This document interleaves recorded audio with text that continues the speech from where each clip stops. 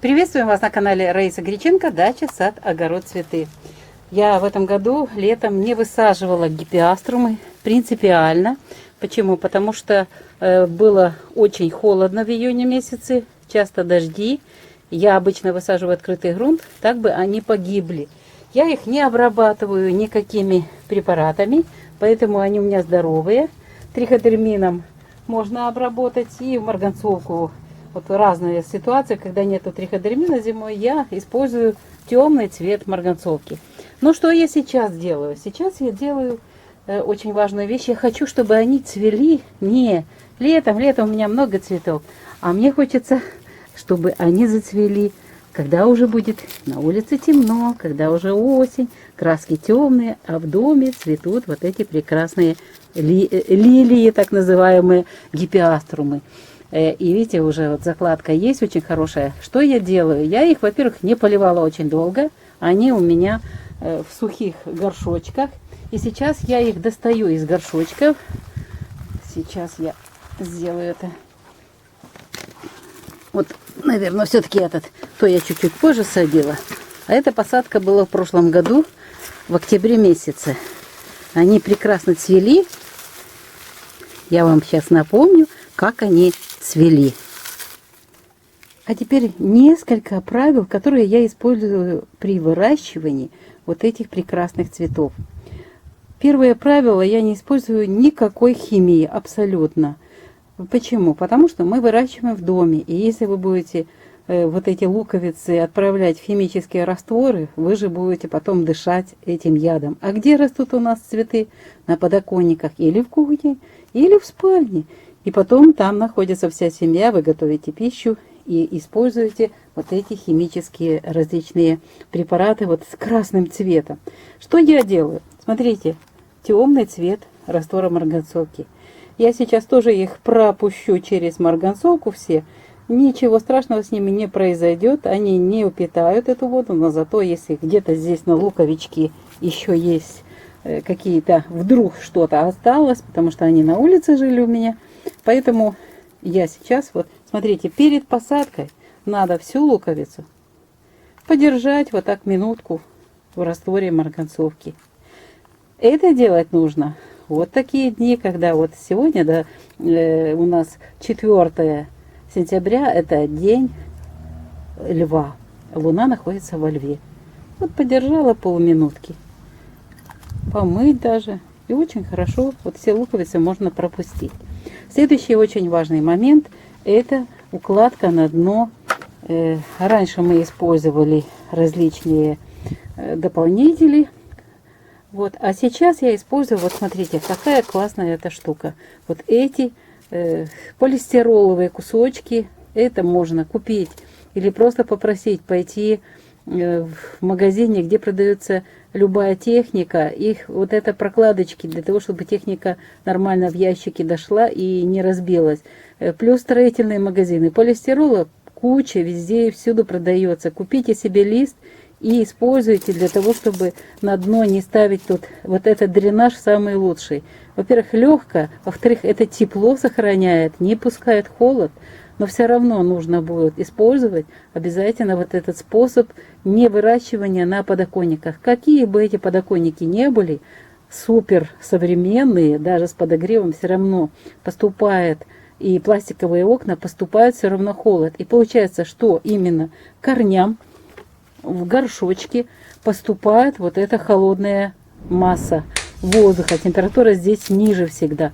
А тут температура выше. Они плохо растут. Начинают поливать. И поливают в гнилые дни. Начинают гнить вот эти корни и луковицы. И погибают. Что же такое? Вот у меня знакомые. Вот я их и поливаю часто, и вот они у меня там на подоконнике. Когда я пришла, и мы смерили температуру. Температура очень разная. В верхней части, особенно когда день солнышко, а ночью минус. И вот представляете, на улице минус. И, естественно, там температура ниже, где корни. Плюс там разные окатыши, на которых может быть тоже споры грибковых заболеваний. Поэтому использую посадку в горшках, и горшки, обязательно в горшки, вот смотрите, на дно устанавливаю вот эти кусочки, так как я уже использовала вот эти вещи, я все равно очень легко они проходят вот эту процедуру обеззараживания. Пропустили, постояла в марганцовочке. Эти кусочки теплые, эти кусочки очень удачные для того, чтобы их выкладывать вниз в горшочки. Да, при посадке любых растений, но особенно вот этих луковичных, которые очень боятся вот этого холода снизу и спор грибковых заболеваний. И плюс переливов. Сухая вот эта одежка верхняя. Луковица твердая, живая. И еще корни, при том, что они были посажены осенью прошлого года и цвели у нас довольно-таки долго, перед Новым годом. А вот эти сейчас, которые вам покажу после Нового года, и они, видите, нормальные, здоровые луковицы. Я хочу что сейчас? Сегодня 4 сентября 2021 года. Очень хорошее время перед новолунием, когда можно обрезать, когда можно вот, подготовить, различные сделать агрооперации, чтобы подготовить растения к посадке. Вот я сегодня вот таким образом занимаюсь. Я все эти луковички выставляю. А это у меня те, которые позже были посажены. И вот смотрите, это легко вообще вытянула. Вот. Здесь корни уже высохли. Я их не поливала. Сухая, видите, земля. Что я сейчас делаю? Я сейчас тут ничего не буду делать, а так оставлю. Дальше, чтобы вот с этого листика, так как, видите, слабенькая эта луковичка была, чтобы она твердая, она живая, она будет дальше жить, цвести. Вот видите, какая она красивая. Мы будем их садить, высаживать буду в середине, на растущей луне в сентябре, поэтому я их сейчас вот так оставляю. Вот, смотрим дальше. Что у нас дальше? Вот эта луковица. Как она себя чувствует? Вообще-то, я думаю, что это все-таки правильно по одной луковице в один горшок. Не высаживайте. Я как-то высаживала густо, их много в один горшок. И получается, что им недостаточно. Видите, какие корни мощные? Для корней нужны большие горшки. Я, естественно, и в этих горшках еще посажу. Но будет, естественно, свежая земля. Это все мы будем позже показывать. Вот, видите, луковица нормальная. Вот, и нормальные корни. Что я сейчас сделаю? Я сейчас обрежу листья. Так как сегодня есть такая возможность.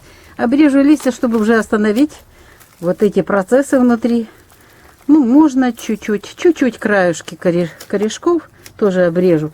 Я даю команду луковицы остановить рост, подсохнуть и подготовиться к тому, что мы снова будем высаживать. Перерыв и отпуск у них был солидный, поэтому они сейчас должны уже готовиться к тому, чтобы их посадить. Они высохнут, я потом вам покажу, как я буду высаживать их. Высаживаю желательно вне корня. Здесь за счет мощной корневой системы и луковицы цветок вот растет. Поэтому вне корня это растущая луна. Ну, у нас козерог будет хороший период в середине месяца. В козероге буду высаживать, поэтому я сейчас вот эти веду подготовительные работы, чтобы можно было уже потом луковицы с высохшими корешками, чтобы меньше травмировать их. И, естественно, высаживать буду их в горшочки. Готовлю для них землю. Обязательно должна быть хорошая земля. Хороший день благоприятный и подготовка самой луковицы к тому, чтобы они...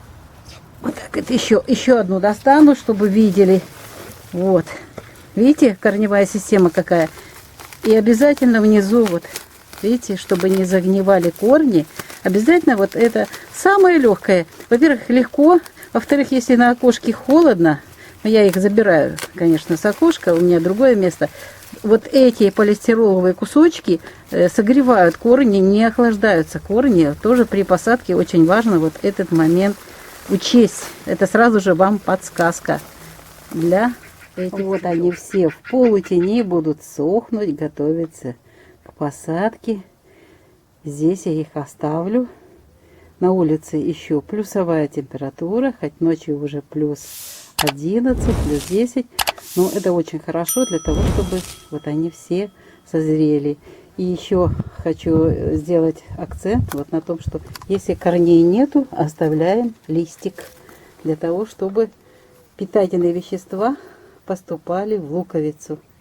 Интересная тема про гипиаструмы. Я очень люблю эти цветы, и они очень красивые. Эти лилии зимой, это просто великолепно. Это нет слов для того, чтобы выразить эту красоту за окном. Холодно, темно, а в доме цветут вот эти яркие, красивые букеты цветов.